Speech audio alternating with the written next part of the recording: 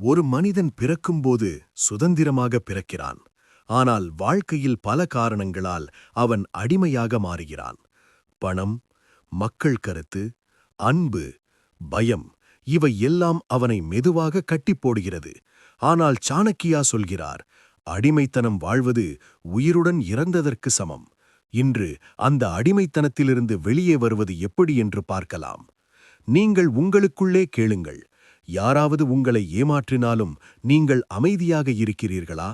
யாராவது உங்களை மதிக்கவில்லை என்றாலும் அவர்களை விட்டு விலக முடியவில்லையா?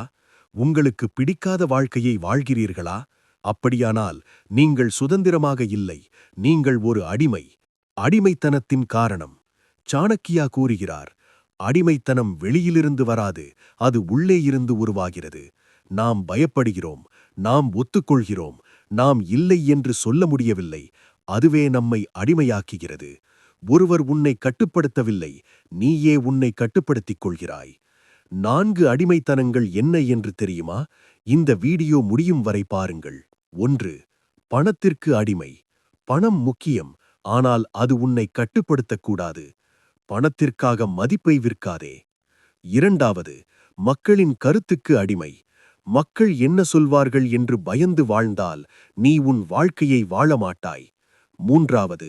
தவறான உறவுகளுக்கு அடிமை. உன்னை மதிக்காதவர்களை பிடித்து வைத்திருப்பது உன்னையே தண்டிப்பது போல. 4.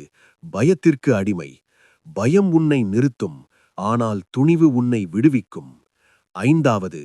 பழக்கங்களுக்கு அடிமை. சோம்பல், தாமதம், மோசமான பழக்கங்கள். நீ தினமும் சொல்ற ஒரு பொய் என்ன தெரியுமா? நாளை இருந்து மாற்றிக்கொள்கிறேன். ஆனா அந்த நாளை எப்போதும் வராது.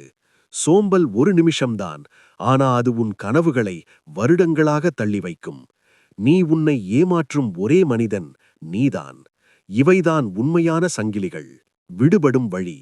சாணக்கியா சொல்கிறார், சுதந்திரம் வேண்டுமென்றால் முதலில் இல்லை என்று சொல்லக் கற்றுக்கொள். உன்னை மதிக்காதவர்களிலிருந்து விலகு. உன்னை தடுக்கிற பயங்களுக்கு எதிர்த்து நில். உன்னை பலவீனமாக்கும் பழக்கங்களுக்கு விடை கொடு. உன்னை நீ கட்டுப்படுத்தினால் யாரும் உன்னை கட்டுப்படுத்த முடியாது. ஒரு சிங்கம் யாருடைய அனுமதியும் கேட்காது, அது தன்னம்பிக்கையுடன் வாழும். நீயும் அப்படித்தான் இருக்க வேண்டும்.